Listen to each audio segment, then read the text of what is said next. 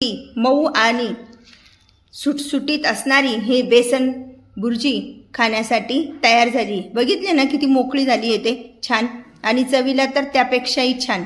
अशा प्रकारची बेसन बुर्जीचा आपण आस्वाद घेऊया। हॅलो हाय, मी कल्पना तिडके। कल्पना तिडके या रेसिपीमध्ये मी आपलं स्वागत करत आहे। घरात भाजी नसताना अशा प्रकारची बनवा बेसन बुर्जी की अंडा बुर्जीची चव विसरूनच जा। कढई तापत ठेवली आहे, 3 ते 4 चमचे, पाव चमचा मोहरी, जिरे घेऊया, लसूण पाकळ्या, थोडंसं अद्रक, लसूण छान परतून घ्यायचं आहे, हिरव्या मिरचीचे तुकडे, कढीपत्ता, लसूण छान परतला गेलाय तर त्याला कांदा,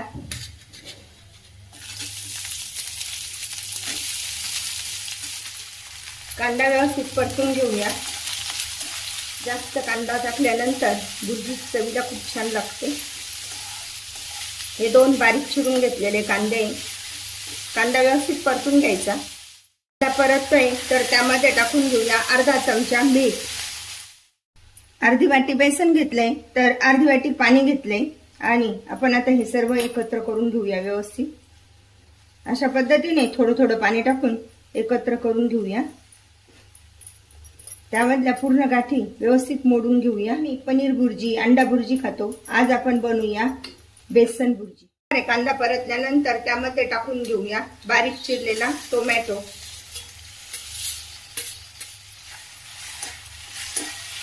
तशी बेसन बुर्जी, पूर्वी त्याला बेसनाचा झुणका म्हणायचे, आता बेसन बुर्जी म्हणतो आपण त्याला।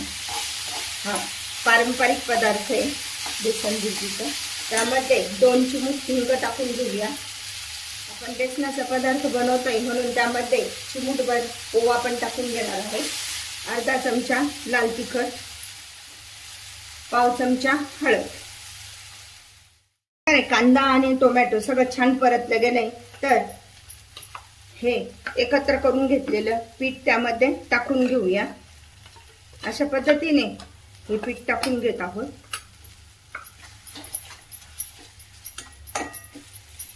याऐवजी आपण सुकं पीठ सुद्धा यामध्ये टाकू शकतो, हा छान लागतो तो सुद्धा झुणका।